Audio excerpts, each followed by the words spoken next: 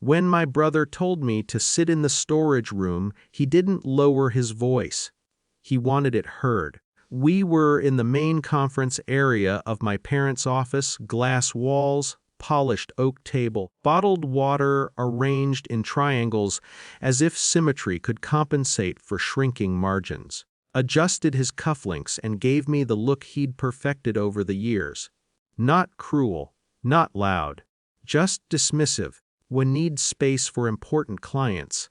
He said, smiling in a way that kept everything technically polite. You understand.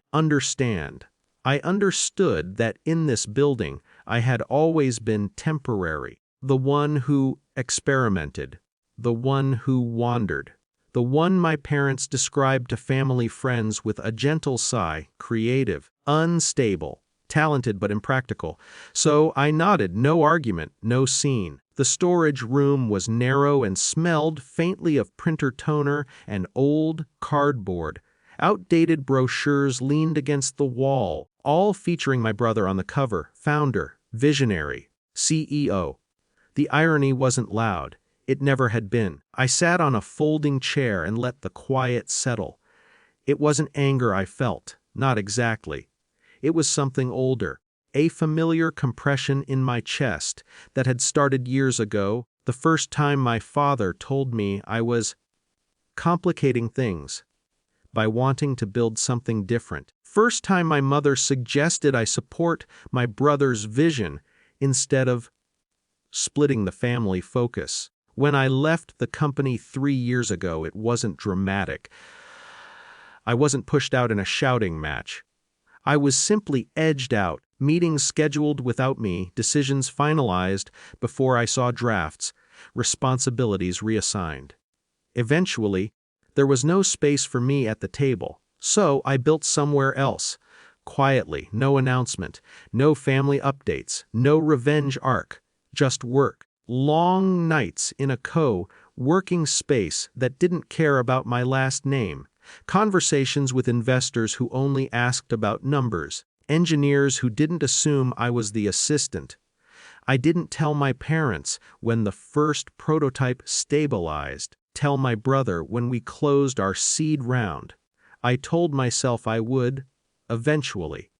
But every time I visited home, old hierarchy reassembled itself so quickly that I chose silence instead.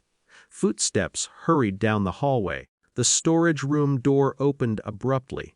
It was Sarah, my brother's secretary, usually composed to the point of invisibility. Her face was pale, sear. She started, then blinked when she saw me. "They're here."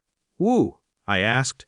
"Sterling Enterprises, the CEO." For a second I thought she was mistaken. Sterling Enterprises had been circling for months, but not my brother's firm. Mine. Said, "They're early." She continued, breathless. "They're asking for the founder listed on the partnership filings." My brother's voice carried from the hallway. "Eyes. It them." Sarah nodded toward the conference room. He straightened his jacket, energy returning like oxygen to a room. This was the validation he'd been chasing for years. A company like that didn't show up casually. He stepped forward. "I'll handle it." I stood up. It wasn't theatrical. I didn't rush. I didn't savor it. I just walked past him. The conference room felt smaller than it had earlier. 3 executives stood near the window reviewing documents on a tablet. One of them looked up. Recognition softened his expression. "Good to see you again," he said, extending his hand. I shook it. Brother paused behind me, confused but still smiling, assuming I was being overly friendly. "I'm Daniel," the executive continued, glancing between us. "We've been reviewing the acquisition structure. We wanted to discuss majority equity terms directly with the founder." My brother laughed lightly. "Of course. That would be me." Silence. Not dramatic silence. Procedural silence. Daniel looked at the folder in his hand, then at me. Filings list Armin Malik as principal founder of the AI logistics platform. I nodded. "That's correct." The shift wasn't explosive. It was administrative, a correction of record. My brother's smile faltered because he understood everything immediately, but because he realized he understood nothing. The AI platform, mine, operating in parallel, licensing selectively. Sterling wasn't interested in acquiring my brother's distribution company alone, wanted integration. And the integration required my technology, which I owned outright. My parents entered mid-conversation, alerted by the tension in the hallway. My mother's eyes moved from the executives to me, confusion settling in slowly. My father looked at my brother, expecting explanation. There wasn't one ready. Daniel continued professionally. Family dynamics were irrelevant. We're prepared to move forward contingent on your approval of the governance structure. We value autonomy and leadership, and we would prefer you remain CEO post-acquisition. Remain CEO, not become. I kept my voice even. I'll review the revised terms. I won't merge operational control. Any collaboration will be contractual, not emotional, not punitive, contractual. My brother finally spoke. You built this without telling us. There was no accusation in it, just disbelief. His eyes. I built it because there wasn't room here. No one argued that. The meeting concluded efficiently. Next step, timelines. Legal teams looped in. When the executives left, the office felt different, not triumphant, not shattered, just rearranged. Mother approached carefully. Why didn't you say anything?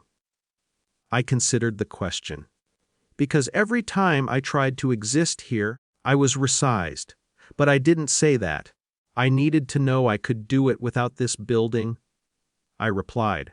My father nodded once. Not approval, not apology, just acknowledgement. My brother stood by the conference table, staring at the spot where I had been told to move my chair earlier.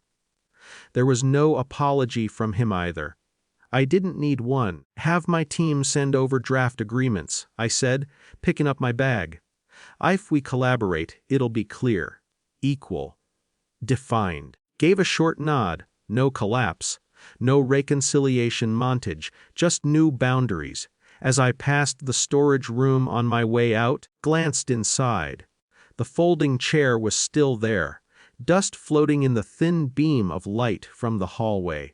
For years, I thought resilience meant staying in rooms that diminished me, proving I could endure them. Turns out resilience sometimes means building a room no one can move you out of. I stepped outside into the morning air, victorious, not vindicated, just certain.